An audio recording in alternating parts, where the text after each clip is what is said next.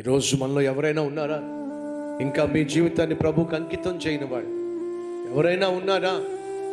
శరీర సంబంధమైన జీవితమే జీవిస్తున్నవారు ఉంటే ఈరోజు ప్రభువుకు మీ జీవితాన్ని అప్పగించండి. మీ హృదయంలో యేసు అడుగు పెట్టకుండా మీ శరీరం బాగుపడ్డం వల్ల ఉపయోగం లేదు.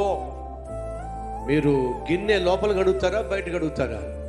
లోపల కడుగుతారు, ఆ తర్వాతే బయట కడుగుతారు. నా ప్రభు అదే చేయాలని ఆశపడుతున్నాడు. నిన్ను లోపల కడగాలని ఆశపడుతున్నాడు. నీ హృదయాన్ని కడగాలని ఆశపడుతున్నాడు. నీ హృదయం కడగబడితే నీ శరీరం ఆటోమేటిక్గా కడగబడుతుంది. ఈరోజు ప్రభువుని అడుగుతావా?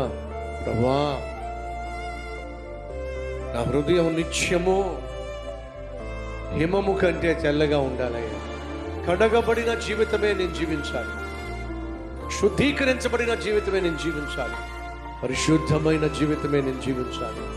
ఎందుకంటే నీవు పరిశుద్ధుడు కాబట్టి ఆ పరిశుద్ధత నాకు దయచేయ్యా.